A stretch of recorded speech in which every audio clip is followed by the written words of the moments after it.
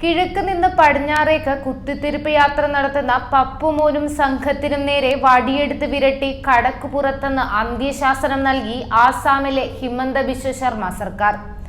അങ്ങനെ കോൺഗ്രസ് നേതാവ് രാഹുൽ ഗാന്ധിയുടെ ഭാരത് ന്യായ് യാത്രയ്ക്ക് ആസാമിൽ വിലക്കുകളുടെ ഘോഷയാത്ര തന്നെയാണ്.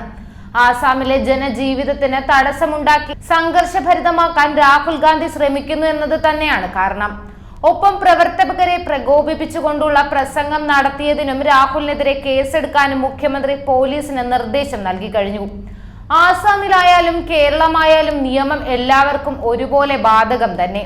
ഗുവാഹട്ടിയിലെ റോഡുകളിലൂടെ നീങ്ങാൻ രാഹുലിന്റെ യാത്രയ്ക്ക് ആസാമിലെ ഹിമന്ത ബിശ്വ ശർമ്മ സർക്കാർ അനുമതി നിഷേധിച്ചിരുന്നു. യാത്രയിൽ പങ്കെടുക്കുന്ന 5000-ഓളം പ്രവർത്തകർ നഗരപരിധിയിലേക്ക് കടക്കാൻ ശ്രമിച്ചതോടെയാണ് സംഘർഷത്തിന് തുടക്കമായത്. ഗുവാഹട്ടിയിൽ ഇന്ന് പ്രവൃത്തി ദിനമാണെന്നും പ്രധാന നഗര റോഡുകളിലൂടെ യാത്ര അനുവദിക്കുന്നത് ഗതാഗതക്കുരുക്കിന് കാരണമാകുമെന്നും സർക്കാർ നേരത്തെ മുന്നറിയിപ്പ് നൽകിയിരുന്നു. നഗരത്തിനു ചുറ്റും റിംഗ് റോഡ് പോലെ പ്രവർത്തിക്കുന്ന ദേശീയപാത 27-ലൂടെയാണ് യാത്ര പോകാൻ ആവശ്യപ്പെട്ടിരുന്നത്.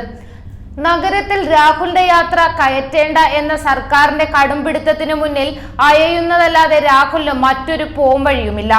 ഭാരത് ജോഡോ ന്യായ് യാത്രയിൽ റോഡ് തടസ്സങ്ങൾ സൃഷ്ടിച്ചുവെന്നാരോപിച്ച ഹിമന്ത ബിശ്വ ശർമ്മയും കോൺഗ്രസ് നേതാക്കളും തമ്മിലുള്ള രൂക്ഷമായ വാക്കുതർക്കത്തിനിടെയാണ് പുതിയ ഈ സംഭവ വികാസങ്ങൾ. ഭാരത് ജോഡോ ന്യായ് യാത്രയ്ക്ക് പ്രധാന വഴിയിലൂടെ നഗരങ്ങളിലേക്ക് പ്രവേശിക്കാൻ അനുമതി നൽകണമെന്ന് ആരോപിച്ച് കോൺഗ്രസ് പ്രവർത്തകർ പോലീസുമായി ഏറ്റുമുട്ടലും നടന്നു. ഇതോടെ ഗുവാഹട്ടിയിൽ നിന്ന് സംഘർഷാവസ്ഥ രൂക്ഷമാവുകയായിരുന്നു. പോലീസിന്റെ ബാരിക്കേഡുകളും കോൺഗ്രസ് പ്രവർത്തകർ തകർത്തെറിഞ്ഞു. ഇതിന്റെ ദൃശ്യങ്ങൾ സഹിതം പുറത്തു വന്നിട്ടുണ്ട്. ഇതിന്റെ അടിസ്ഥാനത്തിലാണ് പോലീസിനോട് കേസെടുക്കാൻ ഹിമന്ത ബിശ്വ ശർമ്മ ആവശ്യപ്പെട്ടിരിക്കുന്നത്. അതിനോടൊപ്പം തന്നെ നമ്മൾ ഓർമ്മിക്കേണ്ട മറ്റൊരു കാര്യം കൂടിയുണ്ട്. അനവധി സുരക്ഷാ പ്രശ്നങ്ങളുള്ള ഒരു മേഖലയാണ് വടക്ക് കിഴക്കൻ സംസ്ഥാനങ്ങൾ. അതുകൊണ്ട് തന്നെയാണ് ആസാമിലേക്ക് കടക്കുമ്പോൾ സംസ്ഥാനത്തിന്റെ സുരക്ഷ ഉറപ്പാക്കേണ്ട ചുമതല സംസ്ഥാന സർക്കാരിനുള്ളതും.